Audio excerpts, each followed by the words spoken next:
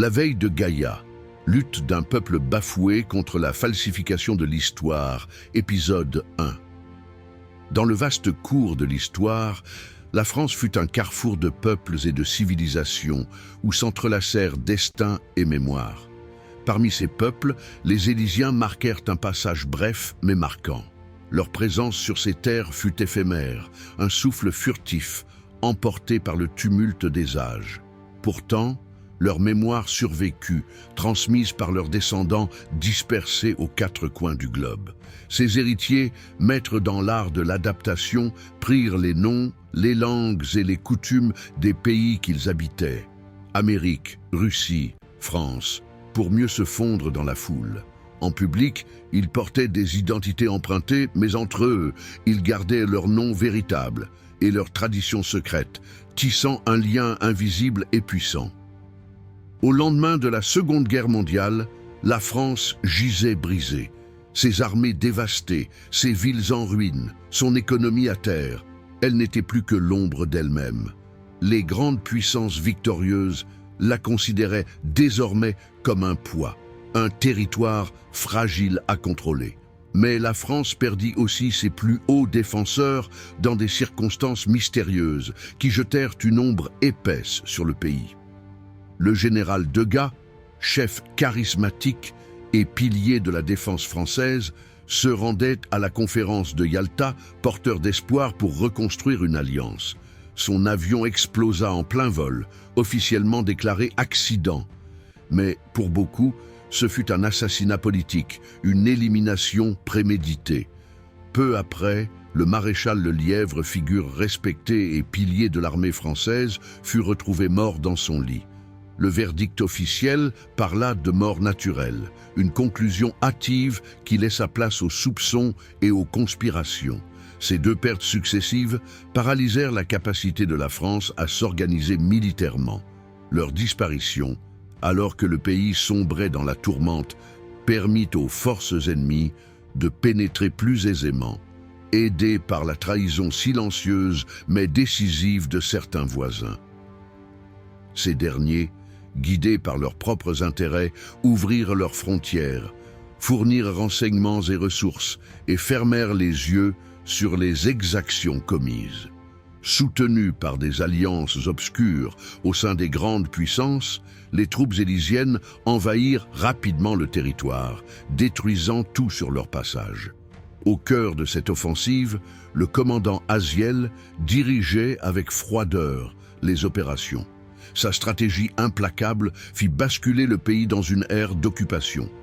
Liora, experte en manipulation médiatique, façonnait l'image d'une légitimité mensongère, tandis que dans l'ombre se multipliaient camps d'internement, rafles, disparitions et tortures. L'une des clés de leur idéologie reposait sur un manuscrit ancien, fragmentaire et écrit dans une langue oubliée, dont une phrase devint leur étendard et justification. Celui qui saura retrouver la source pourra revendiquer la terre du berceau et y établir son foyer parmi les ombres du passé.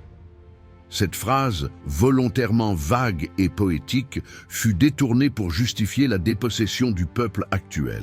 Les souffrances du peuple français furent immenses et quotidiennes. Des camps d'internement se multiplièrent, devenant des lieux d'horreur où disparaissaient ceux qui osaient résister, ou simplement refuser la soumission. Les cris étouffés, la faim, les tortures et les morts silencieuses déchirèrent des familles. Des enfants étaient arrachés à leur mère, emportés dans l'inconnu.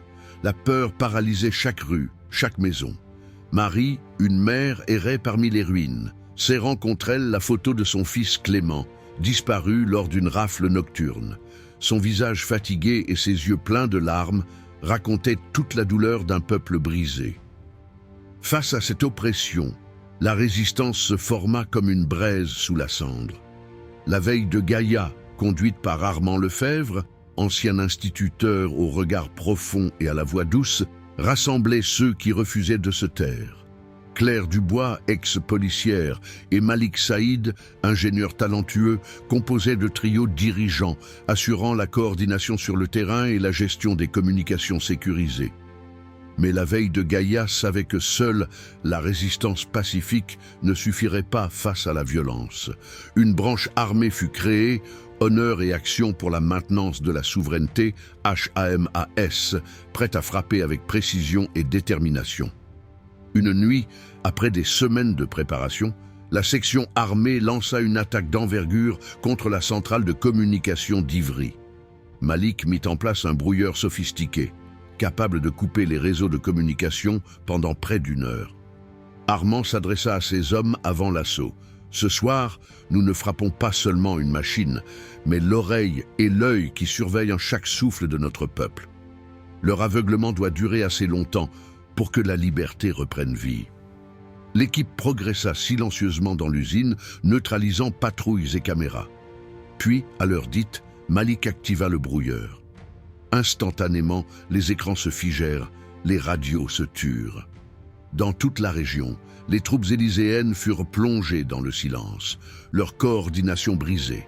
Sur toutes les ondes, un message clair résonna, diffusé par les réseaux clandestins. « Françaises, Français, la veille de Gaïa est parmi vous. Ce combat est le nôtre.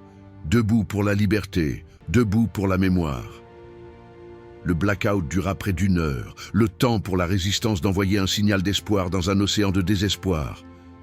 Mais la riposte fut terrible. Des rafles massives furent organisées, des arrestations brutales, des disparitions sans trace. Plusieurs membres de la résistance tombèrent, certains dans la douleur, d'autres dans le silence forcé des prisons. Dans un refuge, Armand regarda ses compagnons, la voix ferme, mais le cœur lourd. Ils veulent nous briser, mais chaque sacrifice est un pas vers la victoire.